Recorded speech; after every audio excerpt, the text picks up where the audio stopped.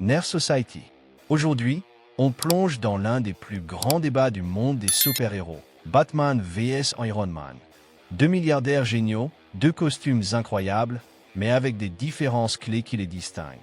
Qu'est-ce qui rend Bruce Wayne et Tony Stark similaires, et en quoi sont-ils complètement différents? Restez avec nous pour le découvrir. Mais avant de commencer, n'oubliez pas d'appuyer sur le bouton j'aime, de laisser un commentaire et de vous abonner à la chaîne pour ne manquer aucune nouvelle vidéo. Maintenant, entrons dans le vif du sujet. Similarité générale. Iron Man, tout comme Batman, est un génie, milliardaire, playboy et philanthrope.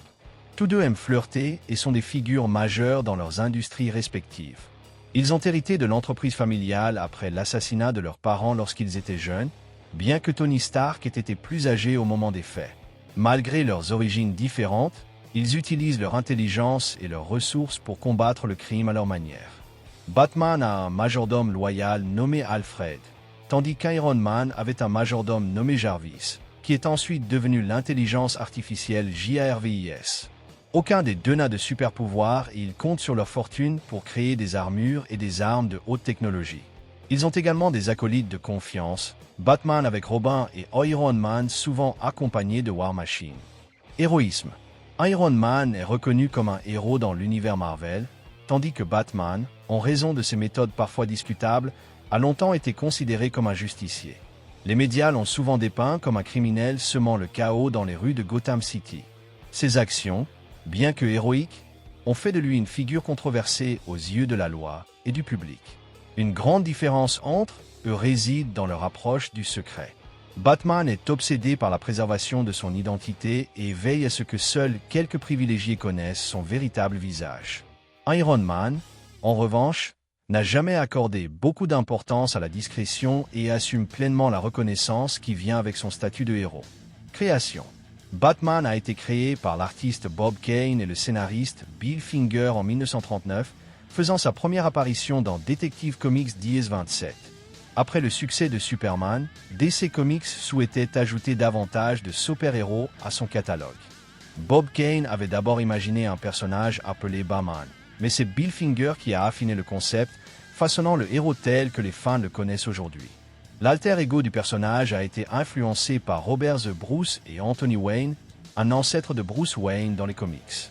Pour le costume de Batman, Kane s'est inspiré de l'ornithoptère de Léonard de Vinci, un planeur ailé en forme de chauve-souris. Son design initial comprenait un costume rouge et noir inspiré de Flash Gordon, mais Finger a suggéré une palette de gris et de noir pour accentuer son côté mystérieux. Quant au masque iconique aux yeux blancs de Batman, Finger a plus tard admis que The Phantom avait influencé cette décision, supprimant les pupilles visibles pour renforcer son aura énigmatique. Création. Tony Stark est apparu pour la première fois dans Tales of Suspense 10-39 en 1963. Il a été créé par Stan Lee, Larry Liebe, Don Heck et Jack Kirby. Le personnage s'inspire librement de la vie du riche et influent playboy Howard Hughes. Iron Man a été conçu pour incarner l'idée de la méritocratie capitaliste, illustrant comment l'intelligence et l'innovation pouvaient mener à la grandeur. Dans les années 1960, au moment de la création d'Iron Man, la guerre froide et la menace du communisme soviétique étaient des préoccupations majeures. En conséquence, de nombreuses premières histoires du personnage le mettaient aux prises avec des communistes et des adversaires issus du bloc de l'Est. Cela reflétait le climat politique de l'époque et renforçait le message selon lequel le travail acharné et la rédemption pouvaient mener au succès. Bruce Wayne. Tout le monde connaît l'histoire de Batman, mais revenons un instant. Bruce Wayne était le fils des riches philanthropes Thomas et Martha Wayne. À l'âge de 8 ans, alors qu'il sortait d'un cinéma avec ses parents, il fut confronté à un criminel nommé Joe Chill. En tentant de protéger sa femme, Thomas fut abattu en premier. Ne supportant pas les cris de Martha, Chill la tua à son tour. Traumatisé par la mort de ses parents, Bruce ne fut plus jamais le même. Il fut élevé par son fidèle majordome, Alfred Pennyworth, et finit par hériter de l'immense fortune familiale ainsi que de l'entreprise de son père, Wayne Enterprises.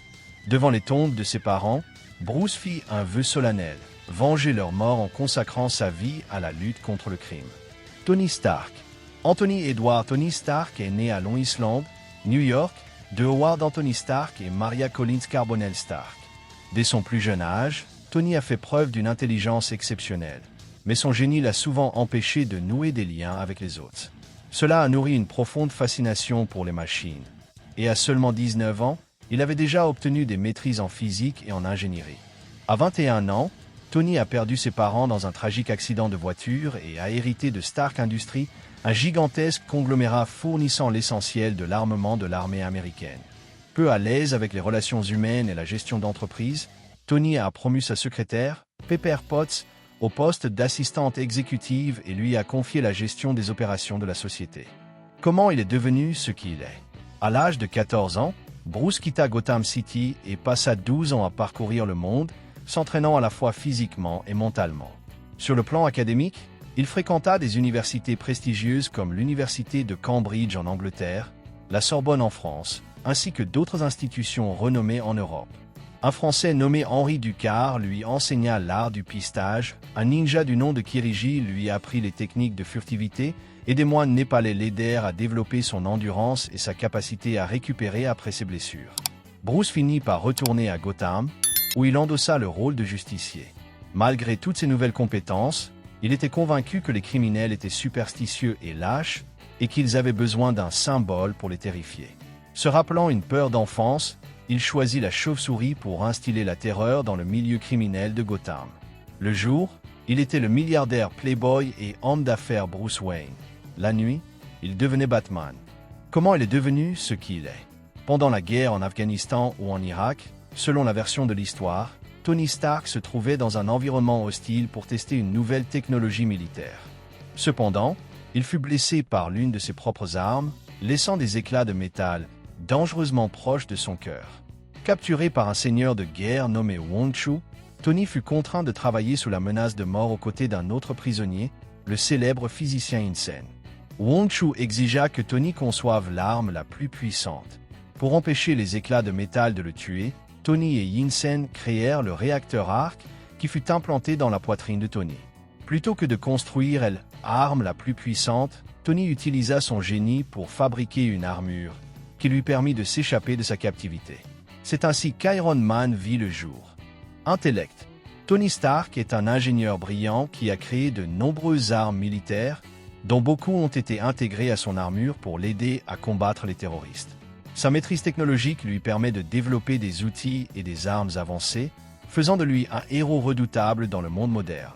En revanche, Bruce Wayne préfère des méthodes plus traditionnelles pour combattre le crime.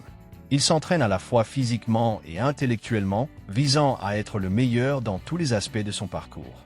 Batman est un maître de nombreux arts martiaux, tels que le karaté, la boxe, le judo et bien d'autres. De plus, Batman et Iron Man excellent dans les domaines des sciences physiques et de la biologie, mettant en avant leur vaste intellect dans une variété de disciplines. Costume. En raison de sa condition physique parfaite et de son entraînement intensif, Batman ne dépend pas beaucoup de son armure, car il peut neutraliser ses ennemis discrètement et facilement.